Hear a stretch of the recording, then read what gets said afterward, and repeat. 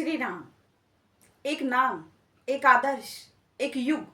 लेकिन इस आदर्श के पीछे एक माँ थी, माँ कौशल्या, जिसने केवल पुत्र को जन्म नहीं दिया बल्कि धर्म को गोद में पाला।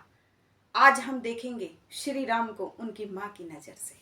अयोध्या नगरी उत्सव में डूबी हुई थी। वर्षों की प्रतीक्षा के बाद राजा दशरथ के कुल में संतान होने वाली थी। माँ कौशल्या ने एक स्वप्न देखा।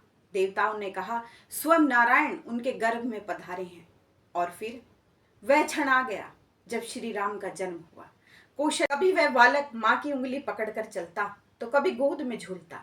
माँ कौशल्या उसे सुलाती, धीरे धीरे कहती, सो जा मेरे लाल, तू ही तो मेरा स्वर्ग है। राम का हंसना, उनका रोना, उनकी बातें माँ का संसार थी।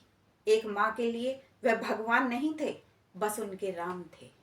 राम बाल्यकाल से ही गंभीर, सहनशील और धर्मपरायण थे। गुरु वशिष्ठ ने कहा, यह बालक पृथ्वी पर ईश्वरीय गुण लेकर आया है। कौशल्या ने कहा, यह गर्व का क्षण है। मेरा पुत्र केवल ज्ञानी नहीं, मर्यादा की प्रतिमूर्ति बन रहा है। राम ने जनकपुरी में शिव धनुष तोड़ा, सीता ने वरमाला पहनाई, अयोध्या में विवाह का उत्सव मनाया गया। कौशल्या ने सीता को गले लगाते हुए कहा, अब मुझे केवल बहू नहीं मिली, मुझे एक बेटी मिली है, एक ऐसी पुत्रवधू जो मेरे राम को पूर्ण बनाएगी। जब राम को 14 वर्ष का वनवास मिला, कौशल्या का हृदय टूट गया।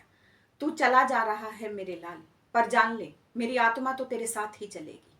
वह माँ जो हर दिन राम की आंखों से सुबह देखती थी, आज अपने आंसुओं में सूरज को छिपा रही है।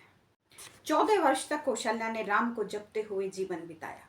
वह दीपक जलाती और कहती कि जब तक राम लौट कर नहीं आता मैं अपना दीप बुझने नहीं दूंगी।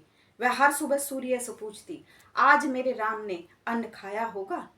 हर रात चांद से कहती कि उसे मेरे सपनों में जरूर भेज देना। 14 वर्ष बाद राम लौटे। अयोध्या दीपों से सज गई। लोगों ने कहा आज राजा आ गए, पर माँ कौशल्या ने बस एक शब्द सुना, माँ। उस एक शब्द में 14 वर्षों का दुख बह गया।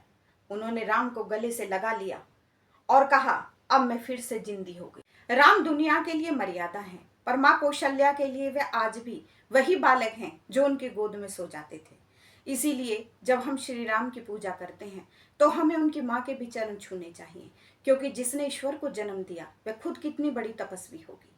हर युग में राम होंगे, पर उन्हें दिशा देने के लिए कौशल्या जैसी माँ भी होगी। यदि आपको यह पवित्र प्रसंग पसंद आया हो तो इसे लाइक करें, शेयर करें। जय श्री राम।